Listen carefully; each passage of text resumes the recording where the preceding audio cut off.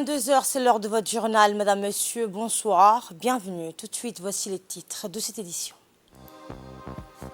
Le Rassemblement populaire pour le progrès a pris d'assaut l'avenir ce matin lors d'un forum de discussion et d'échange d'idées au Palais du Peuple. Et dans l'actualité internationale, après des négociations acharnées, le Conseil de sécurité de l'ONU a exigé hier l'acheminement à grande échelle de l'aide humanitaire à Gaza. C'était les titres. Merci de nous accueillir chez vous. Le Rassemblement populaire pour le progrès, le RPP, je vous le disais à l'instant, après d'assaut l'avenir ce matin lors d'un forum de discussion et d'échange d'idées captivant au Palais du Peuple, présidé par le vice-président du parti. Alors que le parti RPP célèbre sa 45e année d'existence, cet événement stratégique a mis en lumière la détermination du RPP à naviguer dans les eaux tumultueuses des changements politiques et sociaux. Au milieu de sa maturité politique, il s'agissait de se confronter aux réalités changeantes qui conditionnent notre société. Ce forum a été rehaussé par une pléiade d'acteurs politiques, le haut du panier de l'administration, d'acteurs sociaux et d'experts éclairés. Ensemble, un creuset où s'est forgé l'avenir du parti.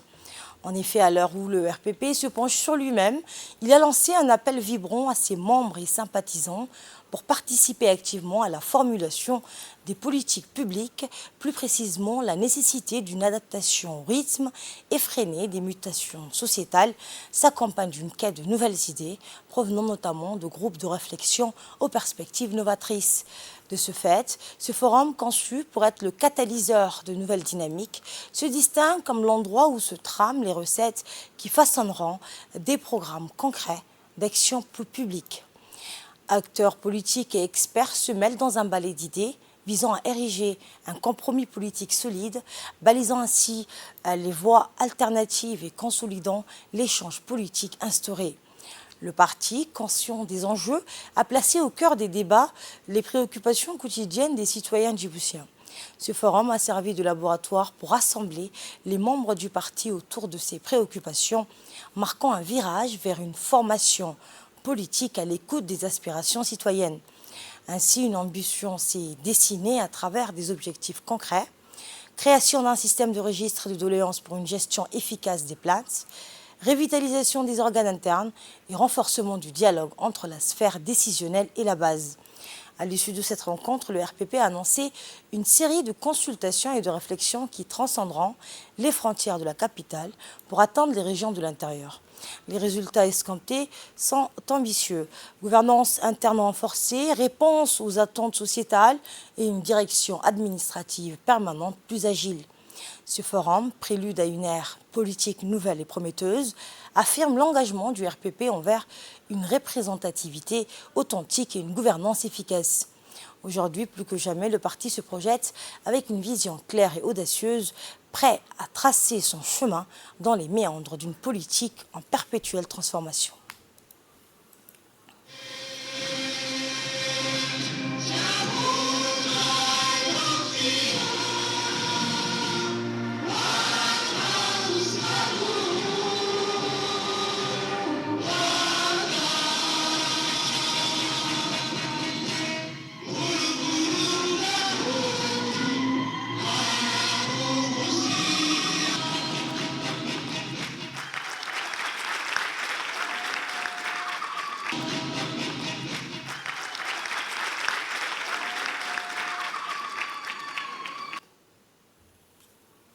Prenant la parole, le vice-président du parti RPP, Abdelkader Kamel Mohamed, a indiqué que l'objectif de cet exercice lancé aujourd'hui a pour objectif de rétablir la connexion entre le parti et le peuple. Nous devons, a-t-il dit, écouter, comprendre et agir en fonction des préoccupations quotidiennes de nos concitoyens. Voici un extrait de son discours. Nous vivons aujourd'hui dans un monde en perpétuel mouvement, marqué par l'ère de la révolution numérique, qui conditionne, à ne point douter, l'évolution de notre société, tant au niveau individuel que sociétal. La vie politique évolue, les aspirations de nos citoyens changent. Il est donc de notre responsabilité d'être toujours à l'avant-garde de ces transformations et d'adapter notre parti à son environnement. Cet exercice que nous lançons aujourd'hui et qui est d'ailleurs une constante de notre parti procède donc de cette volonté elle-même adossée à une démarche collective pour un diagnostic franc. À travers cet exercice, il s'agira non seulement de revisiter, mais également de renforcer les liens et les interactions entre nos différentes sphères militantes, de la base aux sympathisants, en passant par nos élites et nos leaders. Nous devons rapprocher la base du sommet, favoriser la démocratie participative et donner un nouveau souffle à cette démocratie.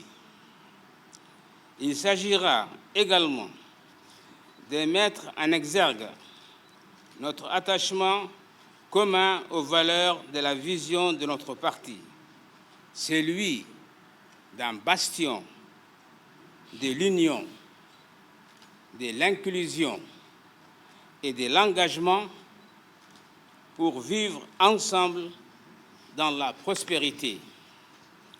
Il s'agira enfin, bien plus que des simples rencontres, des opportunités cruciales de redonner vie à notre parti et de revitaliser notre engagement envers le peuple djiboutien.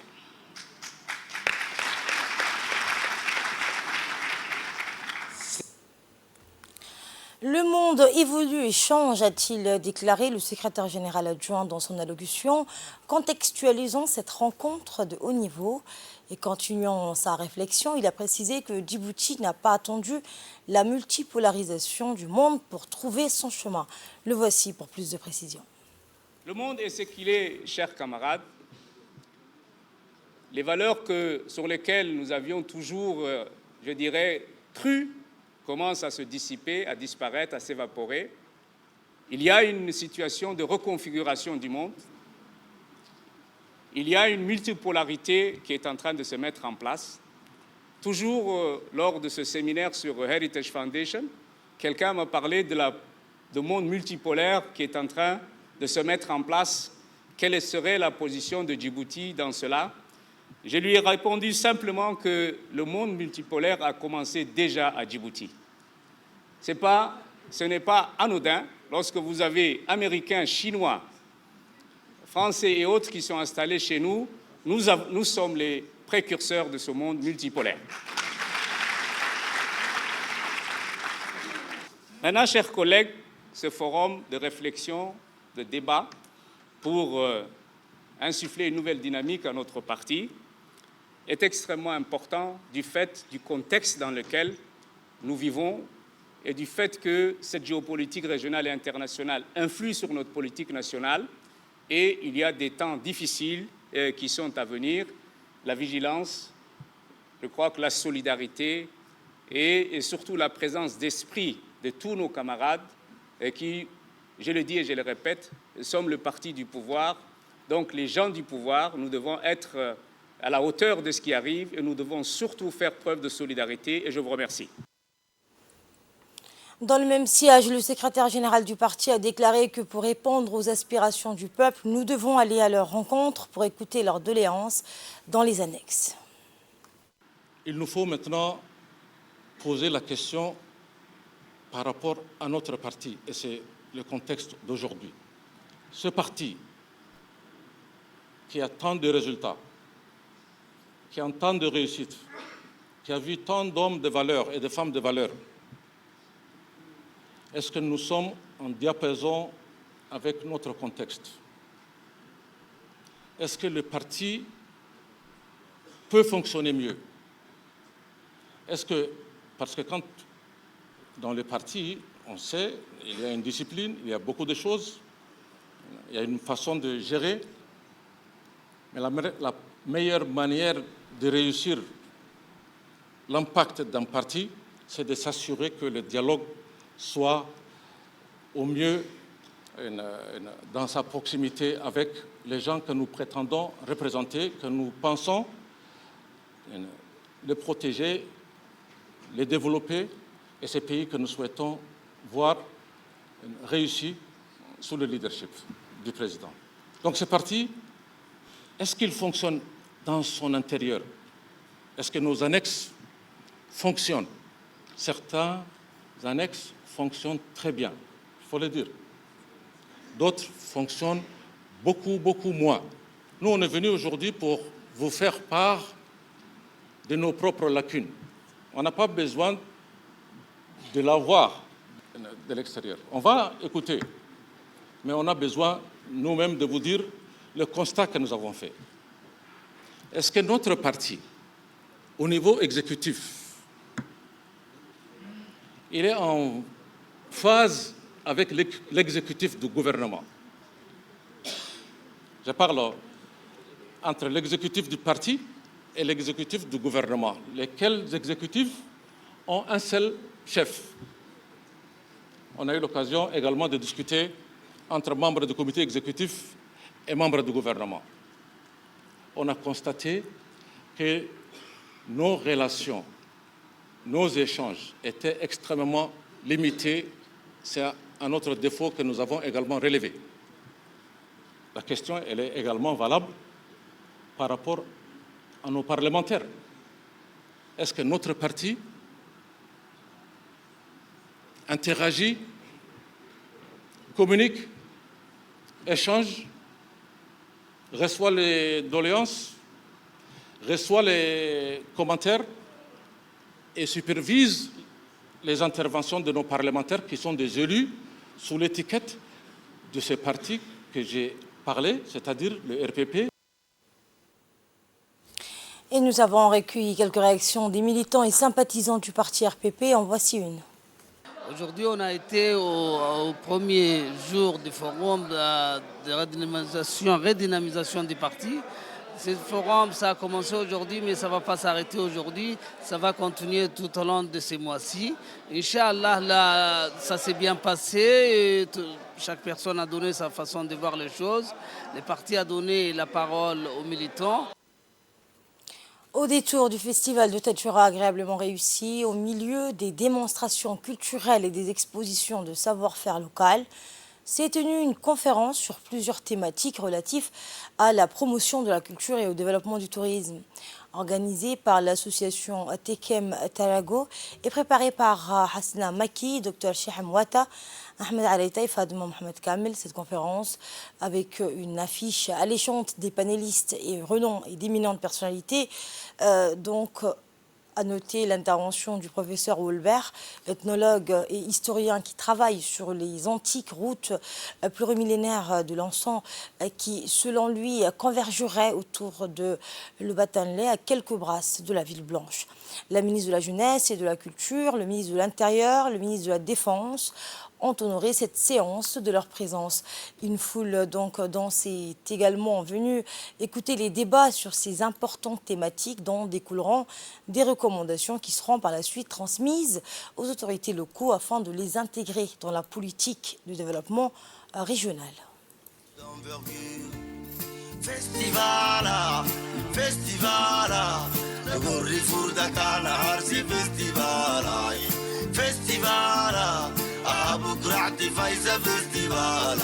C'est une initiative de l'association Tekem Tarago, donc que je salue parce que voilà, c'est une idée originale. Ces dernières années, après la disparition du Festorm, on sentait un peu, on ne peut pas dire un vide culturel, mais l'animation n'était pas vraiment culturelle, n'était pas vraiment un peu développée. Et ce festival est une initiative qui va donner un élan au développement de la culture à Djibouti. c'est une occasion de découvrir cette belle ville, Tadjoura, ses potentialités culturelles. C'est une ville millénaire. Par la suite, la ministre de la Jeunesse et de la Culture a donc sollicité l'implication des chercheurs et historiens pour la transcription écrite de cette riche tradition orale en vue de la sauvegarde de notre patrimoine culturel immatériel. Voici ses propos. C'est comme ça que nous allons révéler au monde que Djibouti est vraiment le berceau, moi je dirais, d'une civilisation, que nous devons la revendiquer en tant que telle.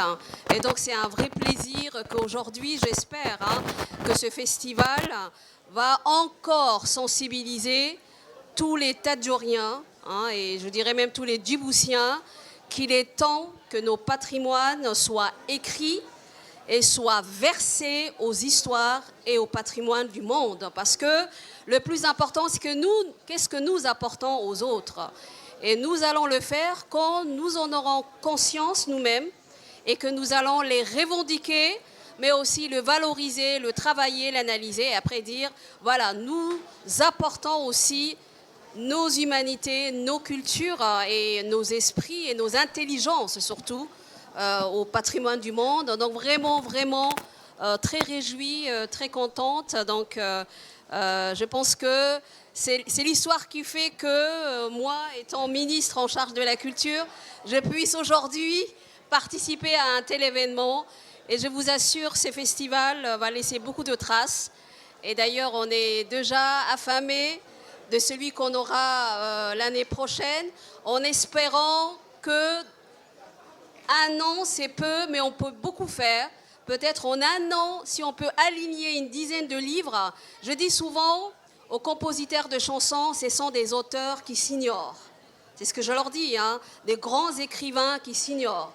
Et donc, si ils écrivaient, en fait, qu'il y ait une transcription et même une traduction, et ce serait un grand travail d'invitation à ce que les jeunes travaillent sur nos patrimoines. C'est ça qui est le plus important.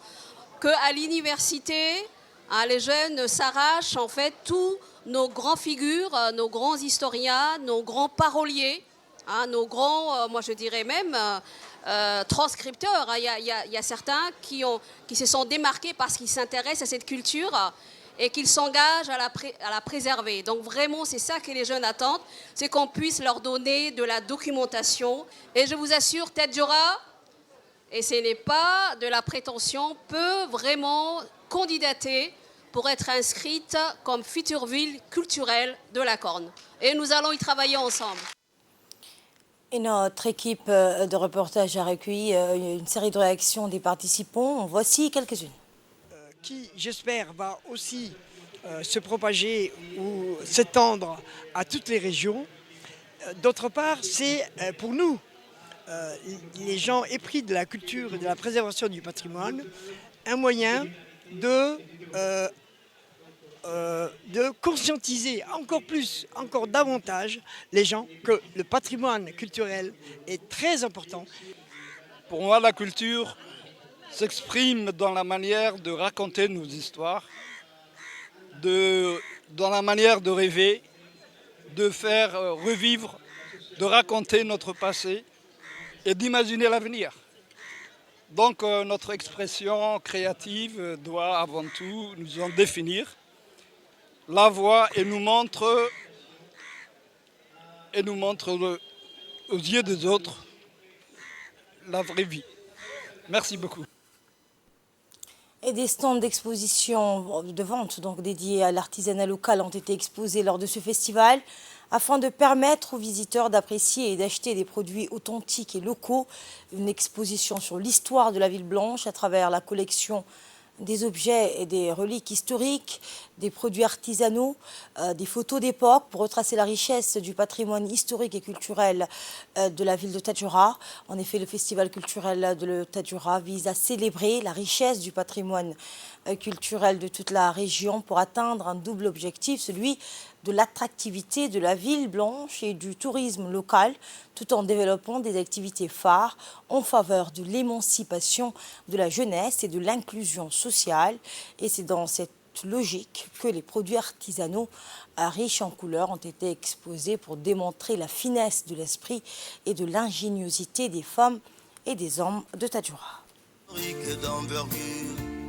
Festivala, festivala, gorri furda kana harsi festivala, festivala, abu krati faiza festivala.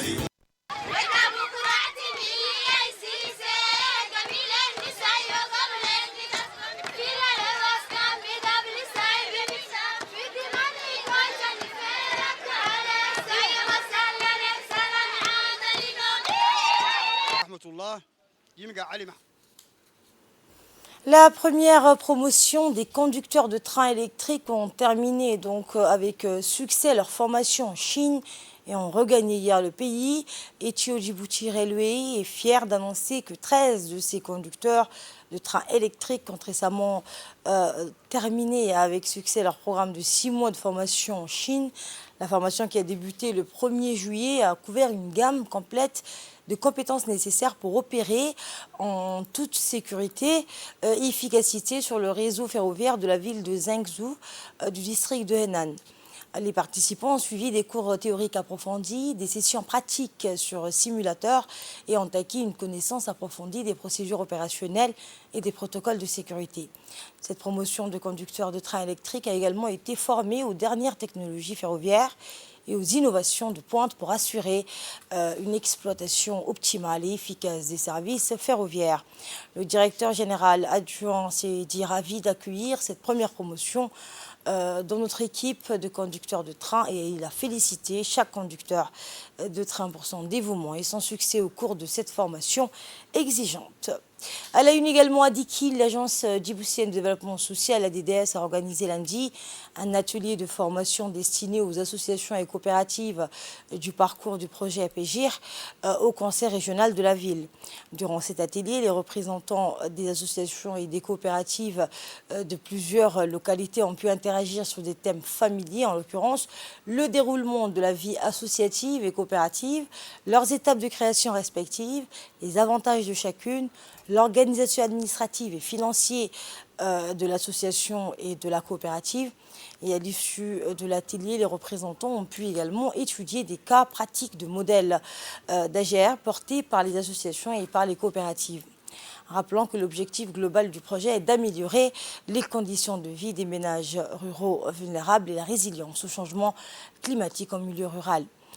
L'objectif est aussi d'améliorer l'accès durable des ménages ruraux et l'eau et aux ressources des parcours, leur résilience face au changement climatique, leur sécurité alimentaire et nutritionnelle et leurs revenus, en particulier pour les femmes et les jeunes à travers le financement de 48 activités génératrices de revenus. Donc, je tiens à recommander aux structures ici présentes de travailler non seulement pour votre secteur respectif, mais aussi utiliser les connaissances et les acquis que vous avez reçus au cours de ces 3 jours de formation. Sous l'égide du secrétariat d'État chargé des sports, la sous-direction régionale de Tadjoura a organisé dans l'après-midi d'hier la finale du tournoi interservice à Tadjoura, sur le mythique terrain de Harak, vibrant des acclamations d'une foule immense. Les deux équipes ont offert un spectacle de football captivant. Au terme d'un match intense, l'équipe de la sécurité du port a triomphé avec un score de 2-0. Malgré la défaite, l'équipe du lycée général a brillé par son fair play exemplaire. Cette initiative visait à permettre au personnel des services de la ville de s'épanouir au-delà de leurs fonctions professionnelles. La première édition de ce tournoi a été couronnée de succès, suscitant l'enthousiasme et l'engagement de tous les participants.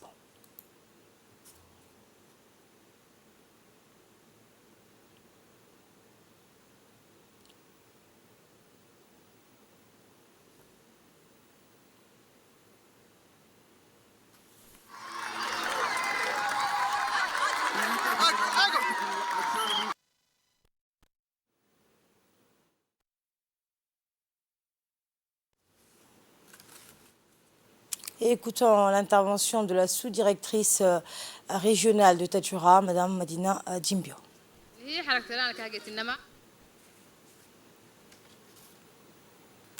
Eh bien, elle s'est dit donc ravie de organiser à la sous-direction régionale de Tadjoura la finale du tournoi interservice à Tadjoura. Donc, et l'initiative, a-t-elle indiqué, a permis au personnel des services donc de s'épanouir dans le sport.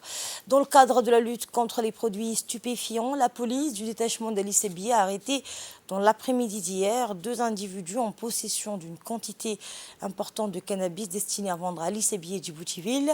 Par la suite, les contrebandiers ont été arrêtés et transmis au poste de la police d'Ali-Sebiye. Compte tenu de la gravité des faits, les personnes mises en cause ont été traduites donc devant la justice pour répondre de leurs actes.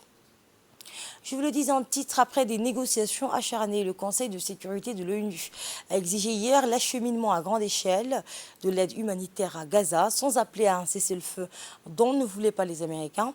La résolution adoptée par 13 voix pour, aucune contre et 2 abstentions, les États-Unis et la Russie, exigent de toutes les parties qu'elles autorisent et facilitent l'acheminement immédiat, sûr et sans entrave d'une aide humanitaire à grande échelle à Gaza et demandent de prendre de toute urgence des mesures à cet égard et pour créer les conditions d'une cessation durable des hostilités.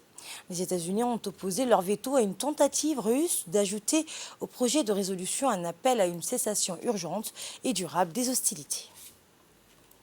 Et c'est ainsi que prend fin cette édition de la rédaction. Merci de votre aimable attention. Le programme continue sur Télé Djibouti.